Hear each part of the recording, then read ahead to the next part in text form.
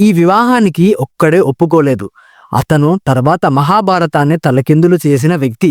అతని పేరు తెలుసా? వినండి. ఈ వివాహానికి గాంధార రాజు కుమారుడు గాంధారి సోదరుడు శకుని ఒప్పుకోలేదు. శకుని సాధారణ వ్యక్తి కాదు, అత్యంత తెలివైనవాడు.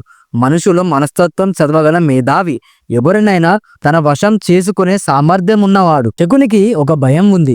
గాంధారి గురించి అప్పట్లో ప్రచారంలో ఉన్న ఒక భయంకరమైన అపోహ. గాంధారి వివాహం చేసుకునే వ్యక్తి తప్పకుండా మరణిస్తాడు. ఈ దోషం వల్లే శకుని ఈ వివాహాన్ని వ్యతిరేకించాడు. అందుకే ధృతరాష్ట్రుని వివాహం జరగడానికి ముందే గాంధారిని ఒక గాడిదకు వివాహం చేశారు. ఆ తరువాత ఆ గాడిదను చంపేశారు. దోషం తొలగించాలనే పేరుతో చేసిన ఈ నిర్ణయం, ఈ విషయం భీష్ముడికి తెలిసినప్పుడు ఆయన గుండె పగిలిపోయింది. హస్తినపుర రాజవంశానికి ఇంతటి అవమానం జరిగిందా?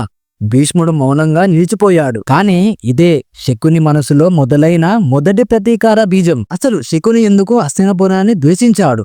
గాంధారి ఈ విషయం తెలుసుకున్న తర్వాత ఏం చేసింది? తర్వాత భాగంలో మహాభారతాన్ని కదిలించిన నిజం బయటపడుతుంది. మిస్ అవ్వకండి. నెక్స్ట్ పార్ట్ మిస్ కాకుండా ఉండడానికి లైక్, షేర్, సబ్స్క్రైబ్ చేయండి.